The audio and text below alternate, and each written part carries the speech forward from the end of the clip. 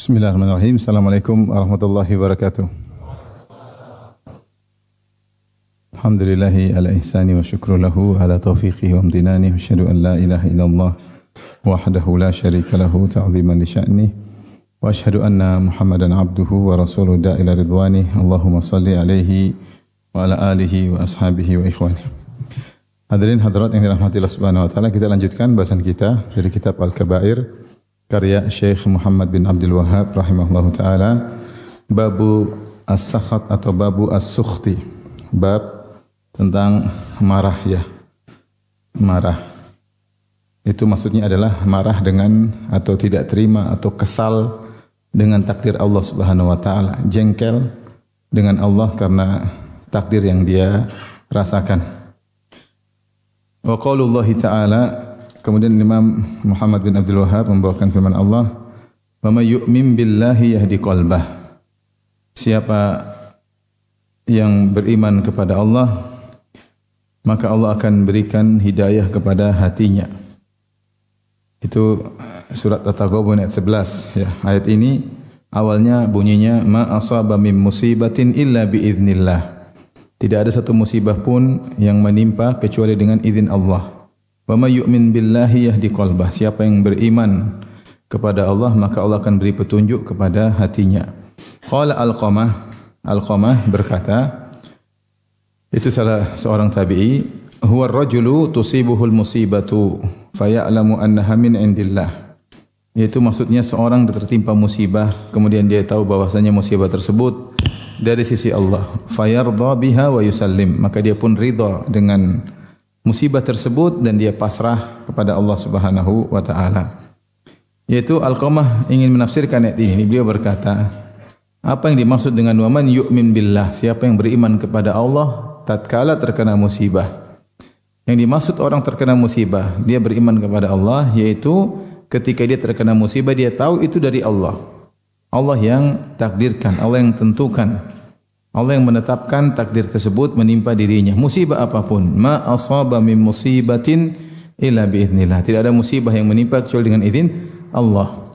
Kita tahu bahwasanya musibah umum di sini, ma asaba min musibatin. Tidak ada musibah apapun yang menimpa. Terkait dengan diri, terkait dengan harta, terkait dengan anak-anak, ya. Wala nabluwannakum bi syai'in minal khaufi wal ju'i wa naqsin minal amwali wal anfusi wath thamarat. Sungguh kami akan menguji kalian ya dengan rasa takut, dengan kelaparan dan kurangnya harta, kurangnya hasil bumi dan kurangnya jiwa, yaitu ada yang meninggal dari orang-orang yang kita cintai, atau musibah menimpa dirinya ya, mungkin sakit ya, atau menimpa hartanya ludes atau berkurang ya, atau menimpa terkait dengan harga dirinya, dia dimaki-maki orang, dicaci-caci orang, direndahkan oleh orang lain. Ini semua musibah.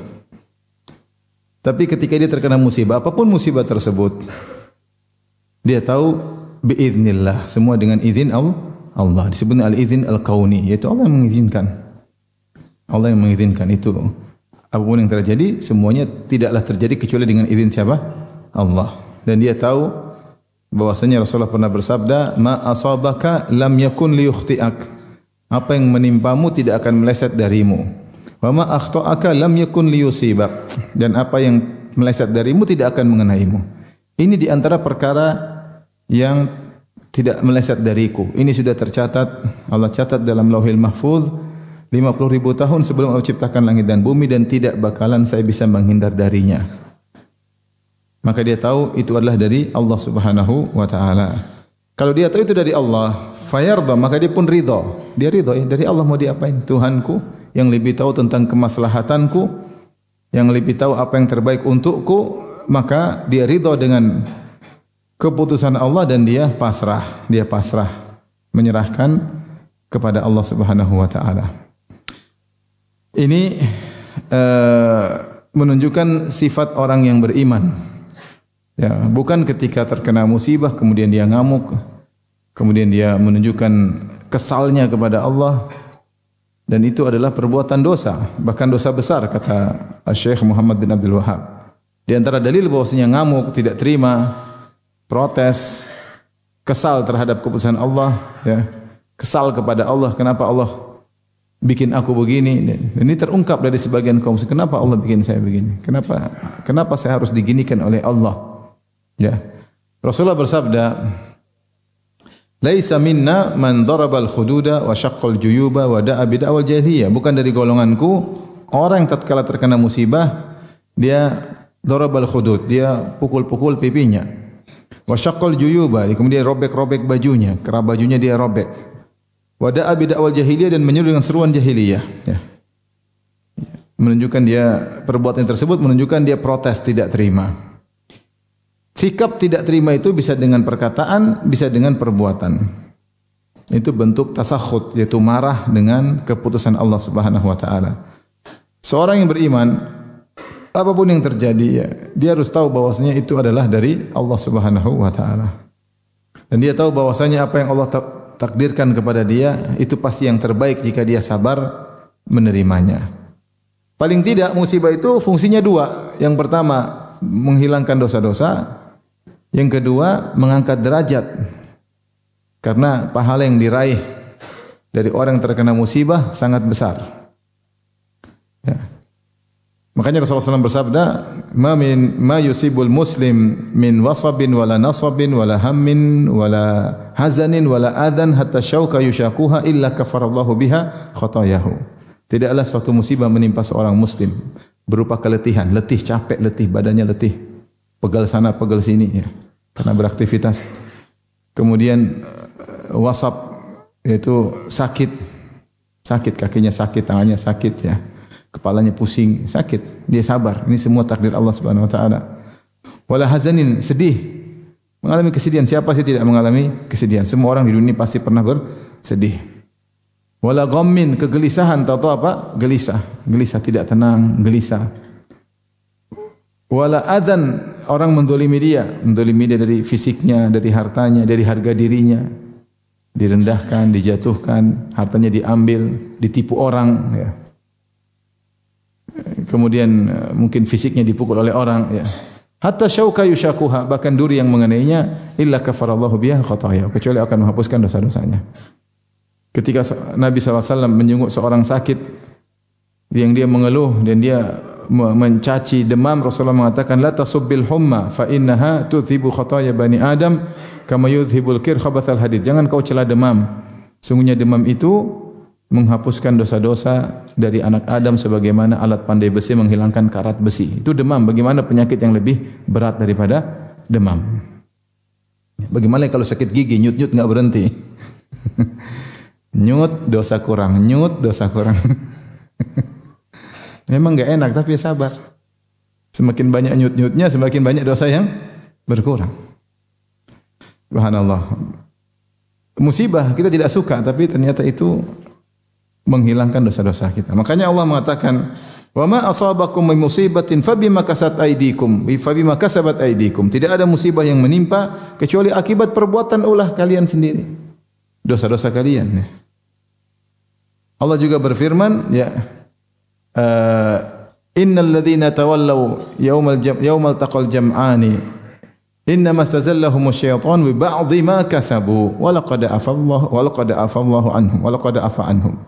Sungguhnya orang-orang yang kabur dari medan pertempuran, itu perang Uhud, ketika bertemu dua musuh, itu sungguhnya mereka itu kabur melakukan kesalahan akibat sebagian yang mereka pernah lakukan sebelumnya, akibat kesalahan mereka sebelumnya. Akan tapi Allah Ta'ala mengampuni mereka. Allah bercerita tentang sebagian sahabat yang kabur dari perang Uhud. Allah mengatakan mereka kabur itu tidak bertahan karena sebab dosa yang pernah mereka lakukan sebelumnya, tapi Allah Ta'ala mengampuni mereka. Ya. Wa ma asabaka min sayyi'atin famin nafsik. Kata Allah, apapun musibah menimpamu tidak lain kecuali dari dosamu. Ya, kecuali dari dosamu. Oleh karenanya orang kalau tertimpa musibah dan dia sabar, maka dosa-dosanya akan diampuni. Ya. Tadi sakit gigi, nyut, dosa diampuni.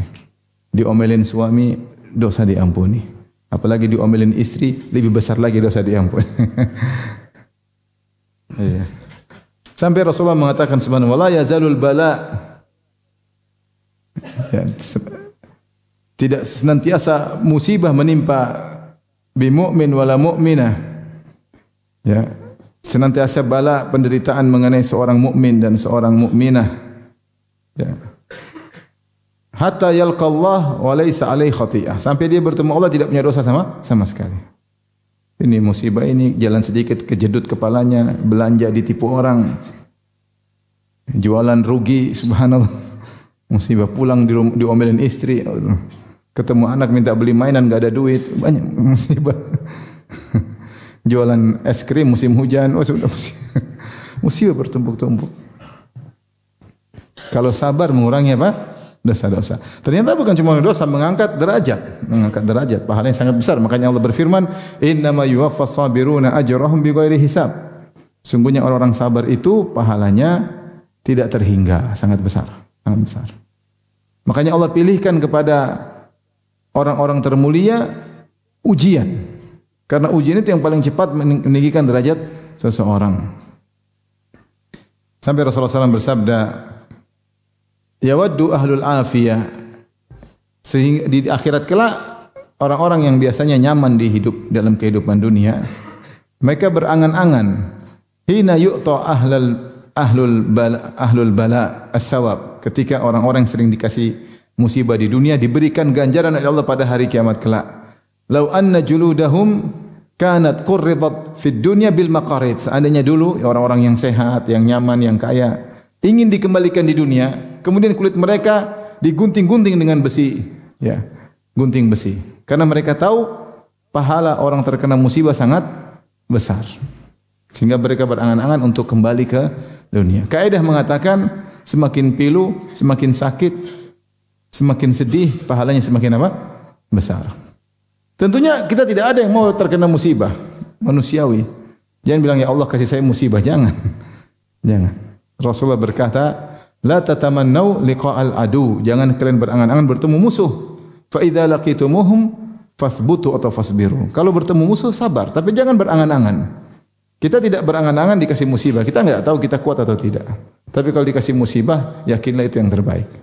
Yakinlah itu yang terbaik. Kita jengkel tapi yakinlah itu yang terbaik. Jadi musibah itu minimal menghilangkan dosa-dosa dan juga mengangkat apa? Derajat. Ini harus kita benar-benar yakin. Kita ngamuk-ngamuk pun musibah tetap mengena. Jadi percuma kita ngamuk-ngamuk, ngomel-ngomel, ya sudah. Ngomel-ngomel ya. Kalau kita ngamuk-ngamuk, misalnya anak meninggal, kita ngamuk-ngamuk, anaknya hidup lagi, enggak apa-apa ngomel-ngomel.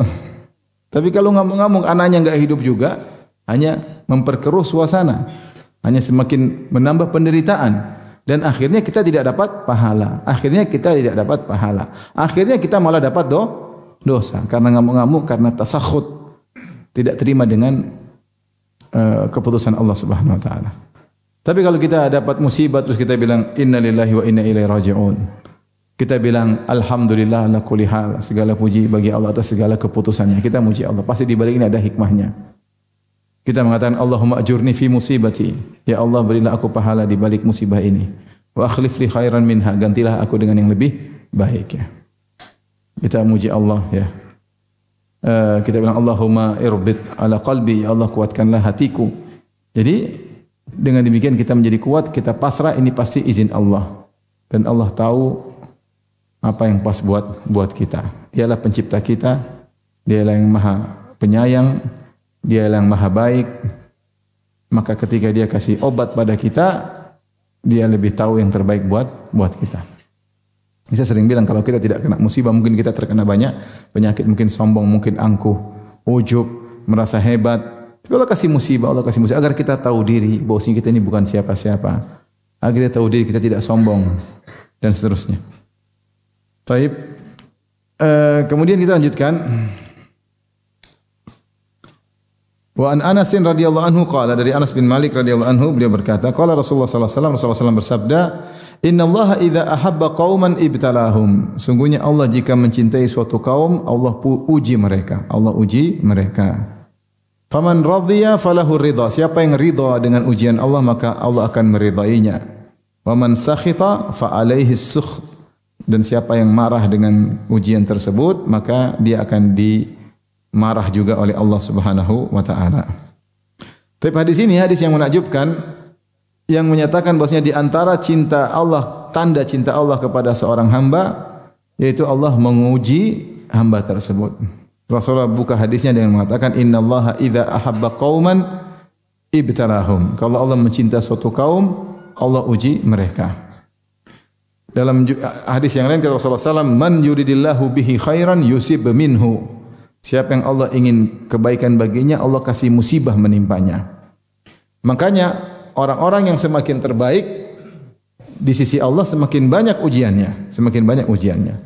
Cukuplah Nabi kita Nabi Muhammad SAW adalah orang yang paling berat ujiannya. Rasulullah pernah ditanya, man asyaddun nasi balaan ya Rasulullah, siapa orang paling berat ujiannya? Kata Rasulullah SAW, al-anbiya, para nabi, thumma salihun, kemudian orang soleh, thumma al-amthal fal-amthal, kemudian selanjutnya dan selanjutnya. Yubtala rajulu ala qadri imanihi, seorang diuji berdasarkan kadar keimanannya. In kana fi imanihi salabatun zida fi balaihi, kalau imannya kuat Allah tambah ujiannya. Wa in kana fi imani riqatun khufifa anhu, kalau ternyata lemah imannya Allah kurangi ujiannya. Makanya saya bilang orang paling berat ujiannya Nabi SAW, karena Allah yang paling mencintainya. Di antara orang yang paling dicintai oleh Allah adalah Ibrahim alaihissalam. Kedua Nabi ini yang diberi gelar dengan Khalilur Ar-Rahman. Coba renungkan ujian Nabi Ibrahim. Masih muda, satu negeri semuanya kafir, dimusuhi bapaknya, dimusuhi satu negeri, bukan satu kampung, satu negeri semua musuhin dia. Orang-orang berbondong-bondong ngumpulin kayu bakar untuk bakar dia. Sampai ada seorang wanita bernadar, kalau saya sehat atau saya ini, saya akan bawa kayu untuk bakar Ibrahim. Subhanallah, ketemu orang di mana-mana memusuhi dia. Ujian berat. Akhirnya diusir oleh ayahnya, akhirnya diusir oleh negerinya, maka dia pun pergi meninggalkan kampung halamannya. Menikah dengan Sarah, puluhan tahun tidak punya anak. Kemudian akhirnya punya anak dari Hajar, Ismail. Baru menunggu kelahiran sang anak yang dia nantikan puluhan tahun, Ismail, anak pertama, suruh dipisah, suruh bawa pergi ke lembah di Mekah yang tidak ada makanan, tidak ada tumbuhan, tidak ada air. Bayangkan ini anak dia nantikan berapa lama? Puluhan tahun. Ibrahim keluar dari Babilonia, umurnya sekitar, dia masih pemuda. Sami'na fatan yadhkuruhum, itu masih muda, 20-an lah. Kemudian dia baru punya anak umur 80-an. Subhanallah. Menunggu berapa tahun? 20 tahun lama. Sudah dia tunggu-tunggu lahir, suruh berpisah. Harus berpisah dari istri yang dia cintai, Hajar. Sabar. Istrinya 2, cemburu-cemburuan. Sabar. Subhanallah.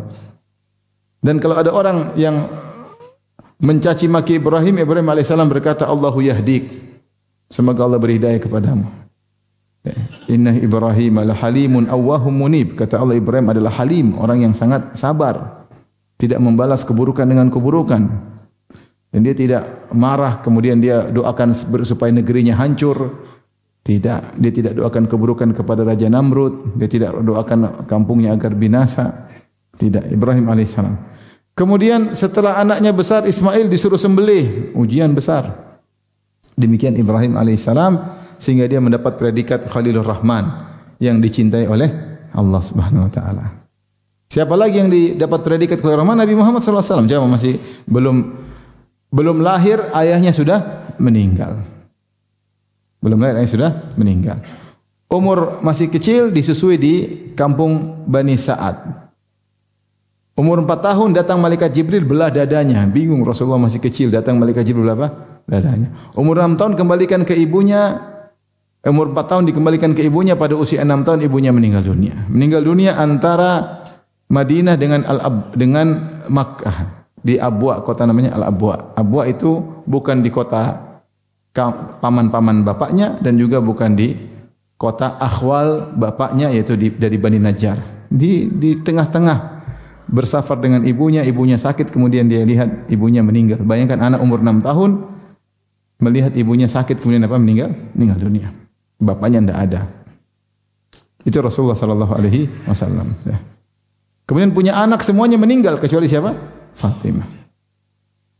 Makanya ketika Rasulullah sallam menegur seorang wanita yang sedang meratapi anaknya di kuburan, kata Rasulullah sallam, ya hadhihi isbiri wattaqillah, wahai fulan, wahai fulana, bersabarlah, bertakwa kepada Allah.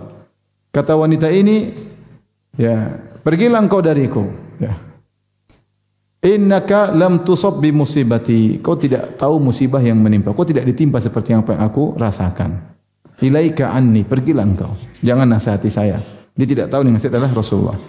Ini ibu anaknya baru mati satu, Rasulullah anaknya sudah mati banyak. Dan Rasulullah SAW tidak siapa bilang saya lebih parah daripada kamu? Enggak, Rasulullah pergi.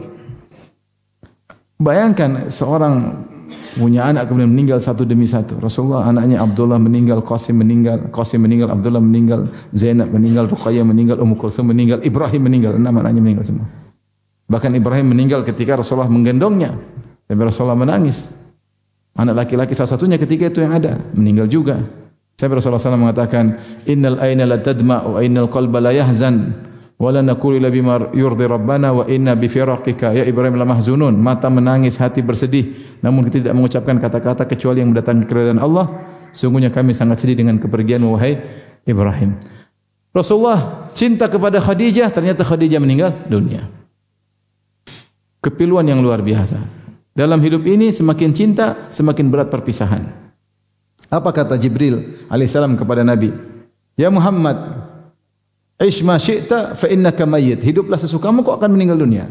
Wa ahbib man syi'ta, cintailah siapa yang kau sukai, fa innaka mufariqu, kau akan berpisah darinya.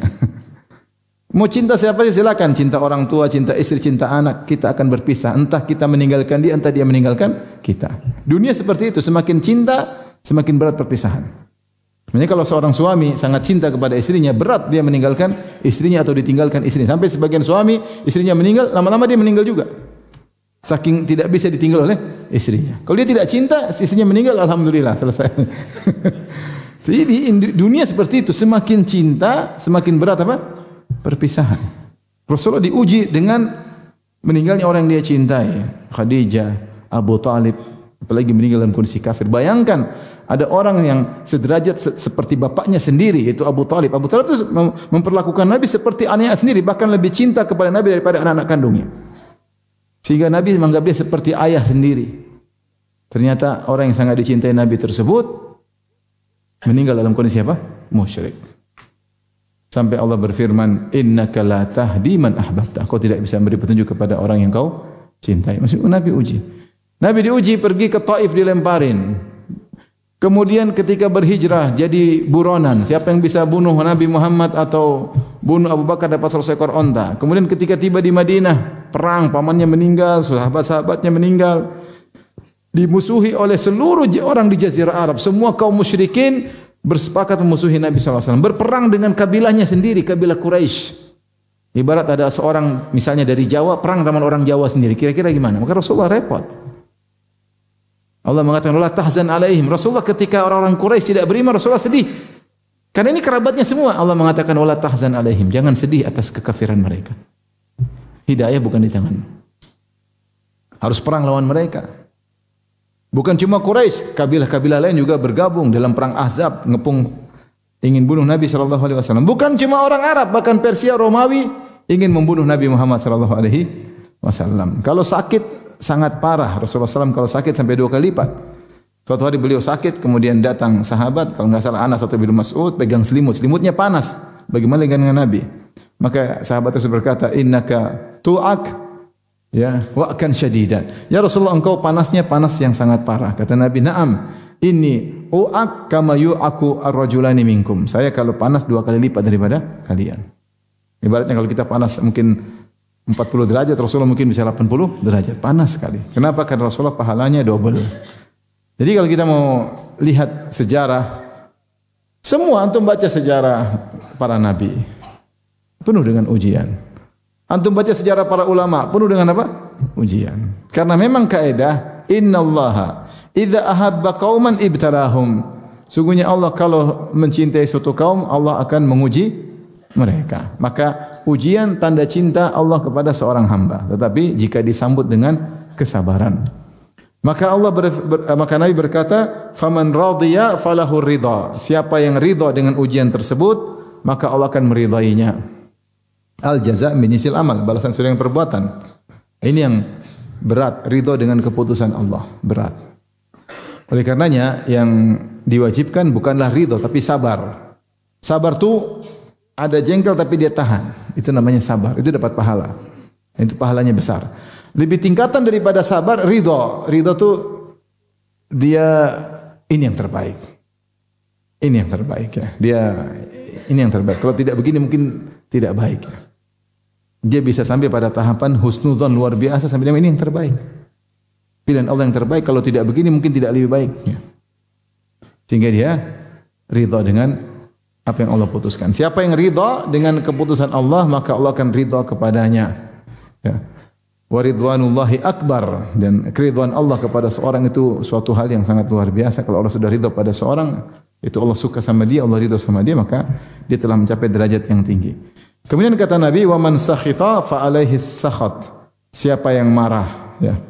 Marah dengan keputusan Allah. Kenapa Allah ginikan saya? Kenapa harus begini? Banting sana, banting sini, robek sana, robek sini, maki sana, maki sini, teriak sana, teriak sini.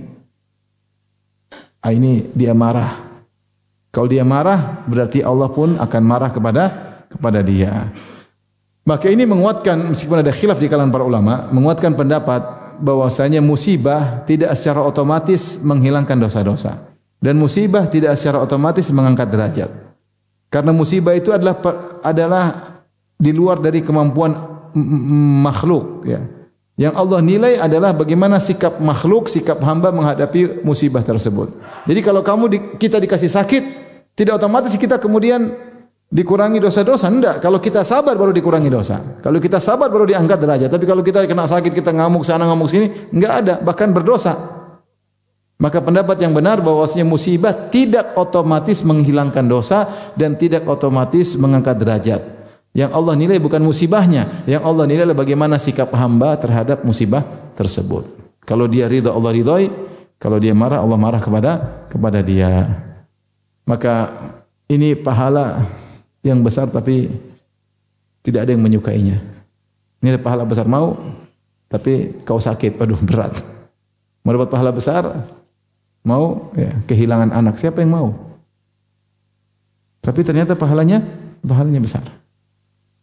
Pahalanya besar ya. Maka seorang ingat-ingat hadis ini kalau dia di musibah, terkadang musibah bertubi-tubi. Subhanallah, sebagian orang kena musibah lagi. Fast track untuk angkat apa? Derajat. Musibah bertubi-tubi. Dia sabar. Ya. Tapi dari sini dalil bahwasanya Syekh Abdul Wahab membawakan babus sukhti, yaitu tasakhut, marah, ngamuk, kesal ketika terkena ujian atau musibah. Ini termasuk dosa. Termasuk apa? Dosa yang mendatangkan kemurkaan Allah Subhanahu wa taala. Kalau terbetik dalam hati kita, kenapa? Bilang aja auzubillahi minasyaitonirrajim. Itu godaan syaitan. Yakinlah apa yang Allah timpakan kepadamu sekarang itu yang terbaik daripada jika tidak menimpamu. Yakinlah.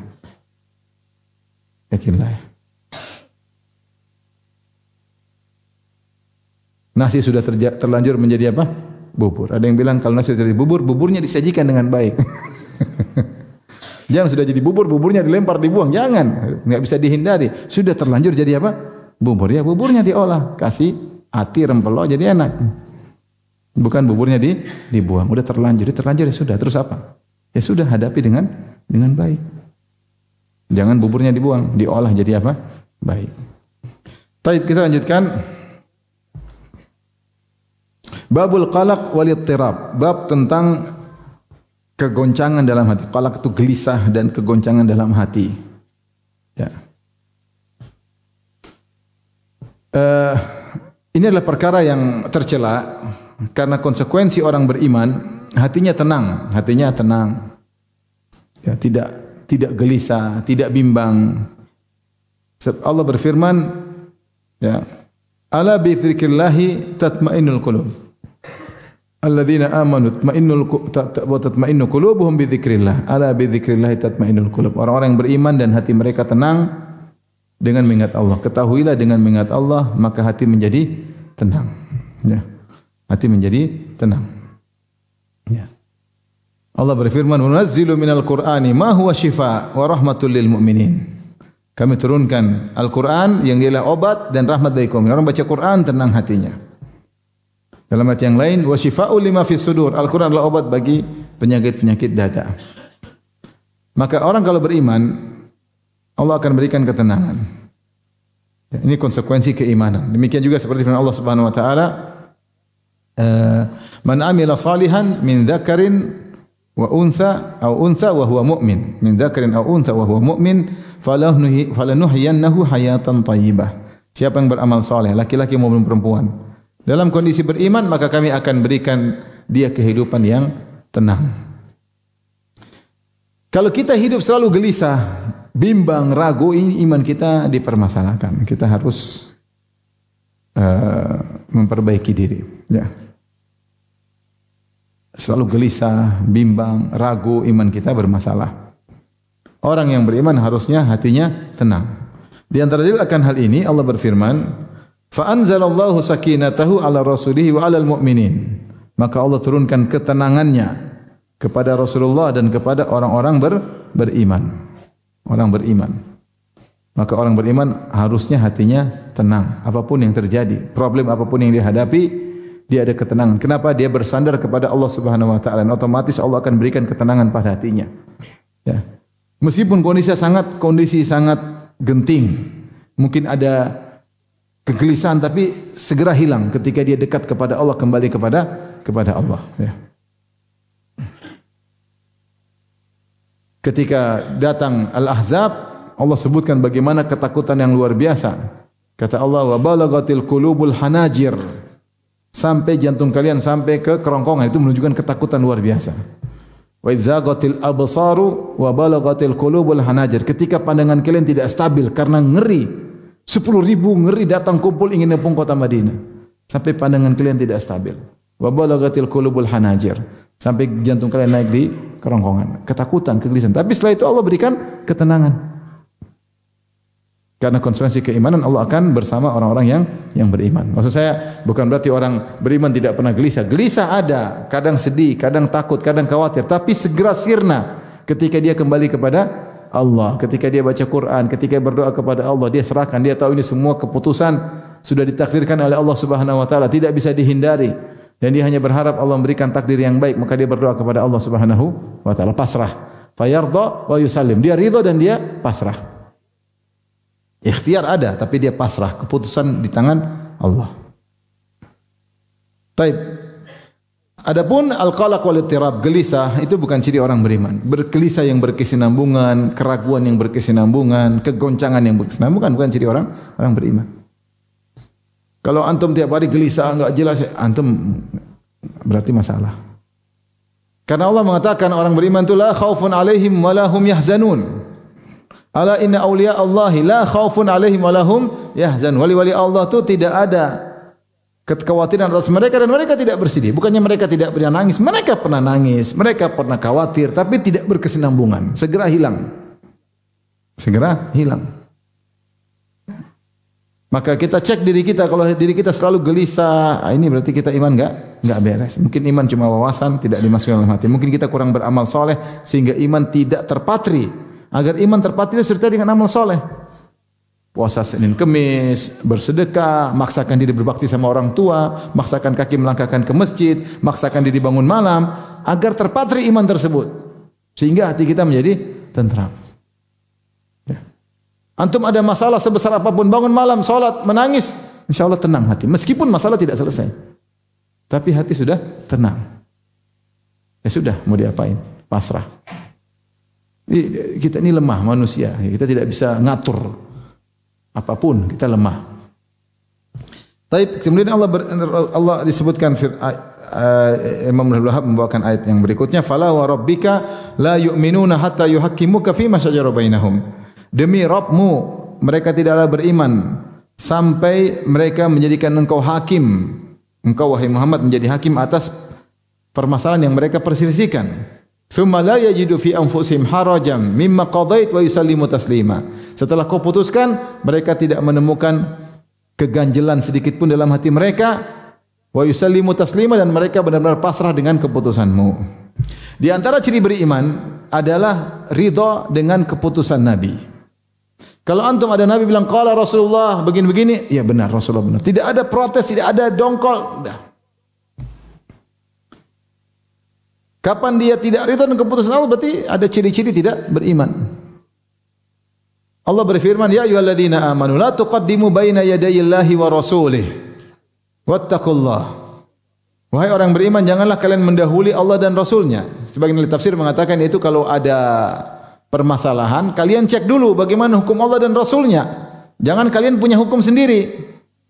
Kalian senang dengan hukum Allah Rasulnya, kalian tahu diri kalian penuh dengan kekurangan, ilmu terbatas, hawa nafsu memenuhi, sering salah, sering ngamuk, sering salah prediksi, salah menganalisa, kemudian membuat hukum. Tidak pantas. Serahkan kepada Allah dan Rasulnya.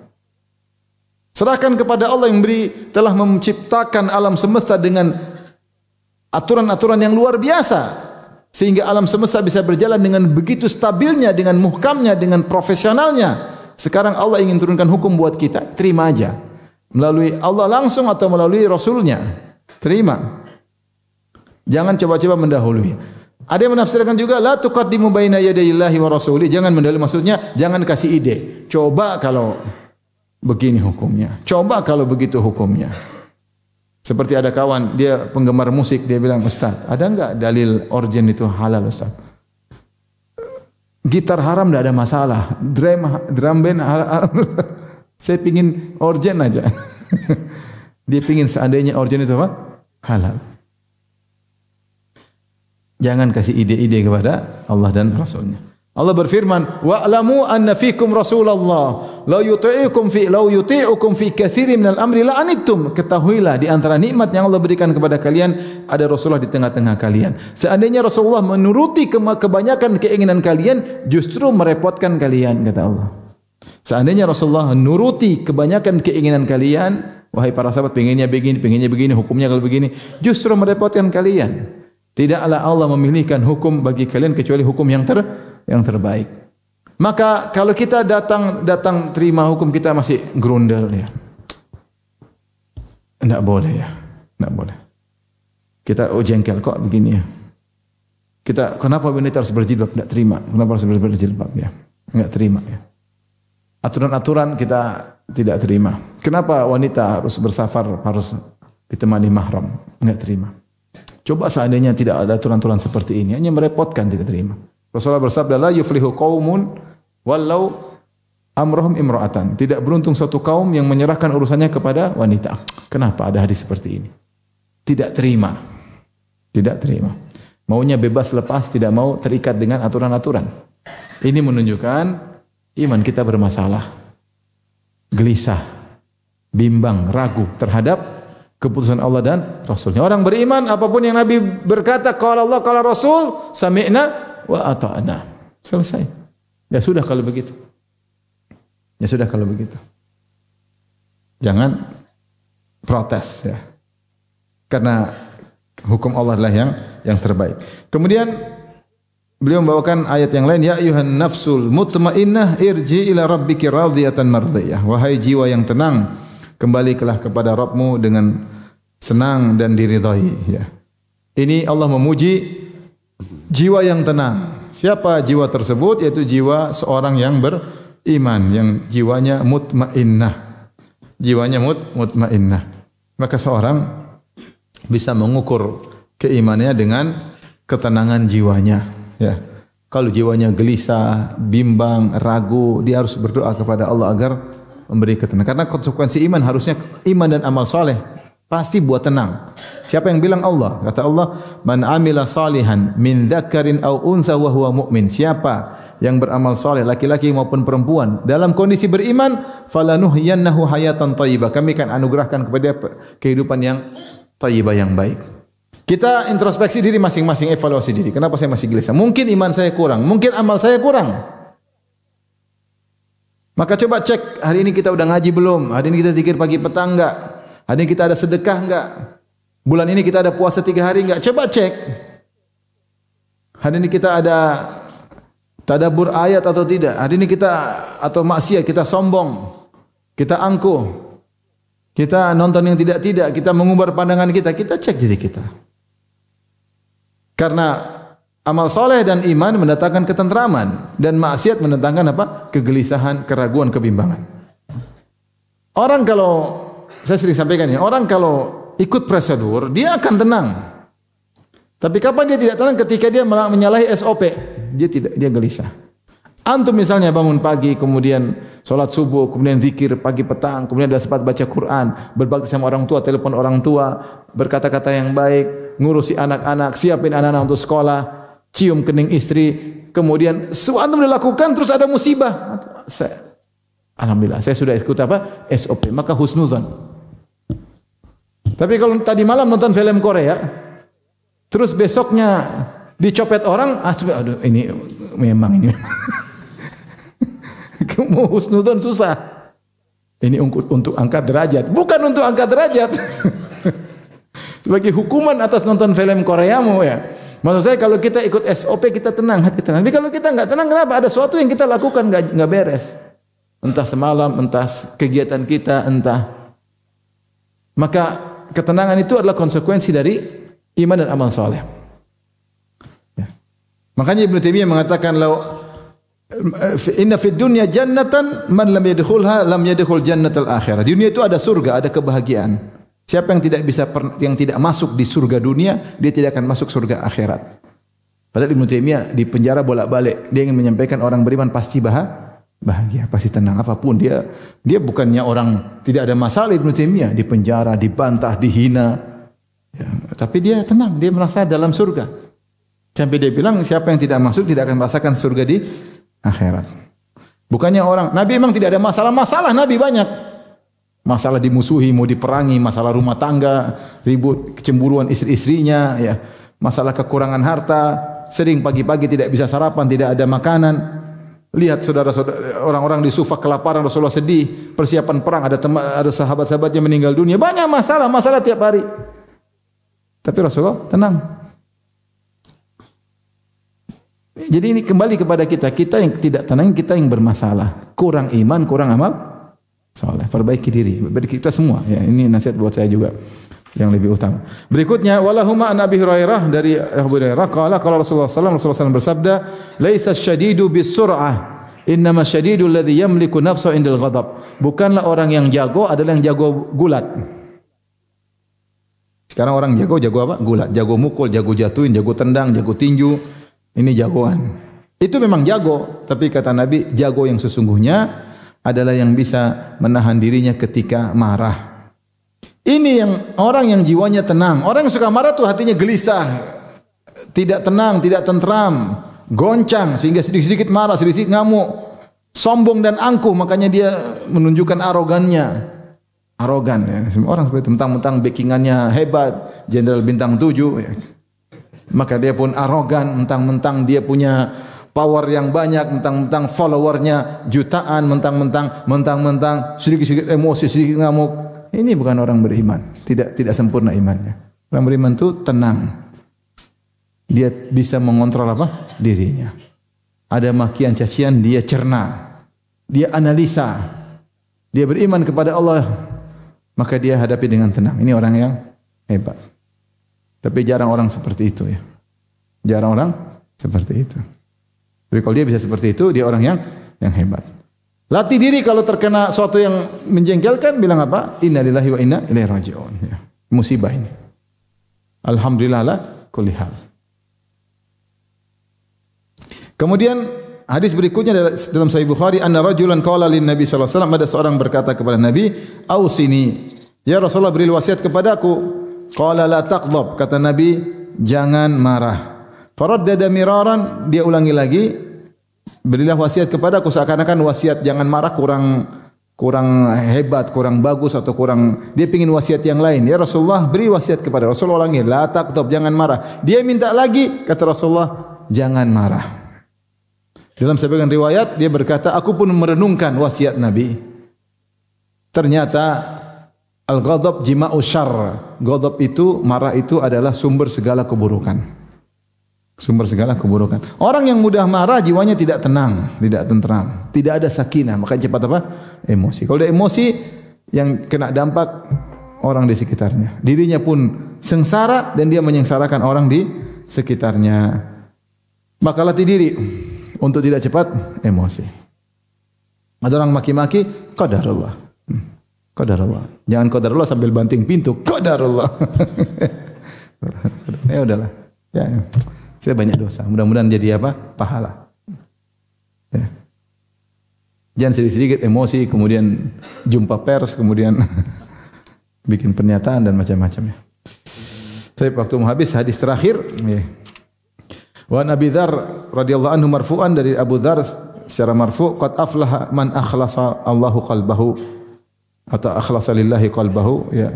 Sungguh beruntung kata Nabi sallallahu alaihi wasallam orang yang memurnikan hatinya ya lil iman, untuk iman. Dia berusaha perbaiki hatinya, dia mencari hal-hal yang bisa menambah keimanan. Seorang itu bisa rasa imannya naik atau tidak. Dia cari, oh saya baca Quran iman naik, maka dia berusaha. Saya ikut pengajian iman saya naik. Saya dengar nasihat iman saya naik. Saya bergaul dengan orang tersebut iman saya naik. Saya bangun salat malam iman saya naik. Dia mencari bagaimana hatinya bisa naik imannya. Karena seorang diberi signal oleh Allah, dia tahu kapan imannya naik, kapan imannya apa? Turun. Dia tahu sebab-sebab imannya naik, dia tahu sebab-sebab imannya turun. Sebab-sebab yang buat imannya turun dia jauhi. Saya kalau gibah iman saya turun, saya kalau nonton ini iman saya turun, saya kalau bermajlis dengan mereka iman saya turun, saya hindari. Maka dia berusaha memurnikan hatinya untuk iman. Wa ja'ala qalbahu saliman, dan dia berusaha menjadikan hatinya bersih. Dia deteksi ternyata dia masih sombong, dia masih angkuh, suka merendahkan orang lain. Apa cuma bisa segitu? Itu namanya merendahkan orang. Cuma gitu aja. Cuma hafal itu aja. Cuma lulusan mana sih? Itu nama apa? Sombongan. Alah, ngaji baru ngaji aja kita udah ikhwan kibar. Bukan cuma ustaz kibar, ikhwan apa? Ikhwan kibar udah senior ya. Baru ngaji itu sombong. Ya, mobil cuma segitu. Ya, mobil begini aja saya tidak sombong, cuma mau kasih tahu aja ya. Kita itu penyakit semua, hasad, dengki, merendahkan. Dia berusaha bersihkan hatinya. Suudzon kepada Allah dia lawan. Kenapa saya suudzon? Kenapa Allah sudah berikan saya kebaikan sebanyak? Kenapa saya di ujung saya kok suudzon? Bukankah telah banyak kenikmatan yang Allah berikan kepada aku? Kenapa saya suudzon? Lawan. Walisanahu shadiqun, dia berusaha lisannya selalu apa? Jujur. Berusaha berkata-kata jujur, bahkan bercanda pun berusaha apa? Jujur. Jangan sampai bercanda tidak jujur. Dalam segala hal dia selalu jujur ya. Wa nafsahu mutmainnah, ini dia berusaha jadikan jiwanya tenang. Sebab-sebab yang buat jiwanya gelisah maka dia lawan, dia tenangkan, beriman dengan takdir. Saya bilang di antara sebab buat hati tenang iman kepada takdir. Ya. Fa ya'lamu annaha min indillah, dia tahu itu dari Allah. Ma asab musibatin illa bi idznillah, tidak ada musibah kecuali dengan izin Allah. Ya Allah, ini saya begini, Allah takdirkan. Ya. 50.000 tahun sebelum menciptakan langit dan bumi. Tenang hati, sabar. Ya. Sabar. Kita ditipu orang, ya sebenarnya ditipu orang. Kita jual beli ditipu. Beli mobil harganya bagus, ternyata akinya enggak ada. Ternyata banyak kabel yang hilang. Ternyata pernah tabrakan, sudah dipoles. Aduh, ya qadarullah. Dikembalikan usaha enggak bisa. Ya sudah. Ya udah, qadarullah. Ingat kepada takdir, hati menjadi apa? Menjadi tenang. Sudah tercatat, saya tidak mungkin menghindar. Sudah siapkan hadiah yang bagus untuk istri, begitu pulang, kok kayak begini? Hati sedih. Ini enggak ada pengalaman pribadi, enggak ya? Enggak. Ternyata malah di gini. Saya enggak gitu, alhamdulillah istri saya enggak gitu. Tapi maksudnya seandainya begitu. Sudah belikan kerja tersebut, kok cuma begini? Kok modelnya enggak bagus? Waduh, sudah tercatat 50 tahun sebelum Allah ciptakan langit dan bumi. Jadi kalau saya sering bilang, kalau istri ngomel, bilang ya zaujati, ya habibati, omelanmu telah dicatat 50.000 tahun sebelum Allah ciptakan langit dan bumi. Saya tidak bisa menghindar. Saya ridho dan saya pasrah. Sesuai dengan ayat tadi. Saya tahu ini dengan izin Allah. Kau tidak bakalan ngomel kecuali dengan siapa? Izin Allah. Saya ridho dan saya pasrah. Kemudian jadi paling cara tepat menjadi tenang iman kepada takdir. Wa khaliqatahu mustaqimah, dan dia berusaha jadikan akhlaknya lurus, akhlaknya tidak mencela-mencela, tidak ngomong sana ngomong sini, mustaqim, komitmen. Ada orang tidak komitmen begini, bermuka dua, munafik, ngomong gini enggak, ente akhlak yang lurus, yang benar-benar aja. Lurus aja. Wa ja'ala udhunahu mustami'atan, dia menjadikan telinganya senantiasa mendengar kebaikan. Wa ainahu nadhiratun, dia menjadikan pandangannya melihat kepada keindahan alam sehingga dia tahu tentang keesaan Tuhan. Fa ammal udhun fa qami', ingat kata Nabi, hati-hati. Telinga itu seperti corong. Hati-hati corong ke menuju mana? Menuju hati. Wa ammal ainu fa mu'abbiratun lima yu'il qalb atau fa ma'baratun lima yu'il qalb. Adapun hati maka jembatan maka pandangan jembatan untuk masukkan informasi kepada hati. Maka hati-hati kalau Nabi sudah bilang telinga corong, pandangan jembatan menuju hati, maka hati-hati dengan kita dengar yang kita lihat karena semuanya masuk ke mana? Ke hati. Kalau udah hati ini masalah tenangnya hati. Yang kita lihat merusak tenangnya hati, yang kita dengar merusak tenangnya hati. Qad aflaha man ja'alallahu qalbahu wa'iyan, dan sungguh beruntung orang yang Allah jadikan hatinya menerima kebaikan-kebaikan. Demikian wabillahi taufiq. Assalamualaikum warahmatullahi wabarakatuh.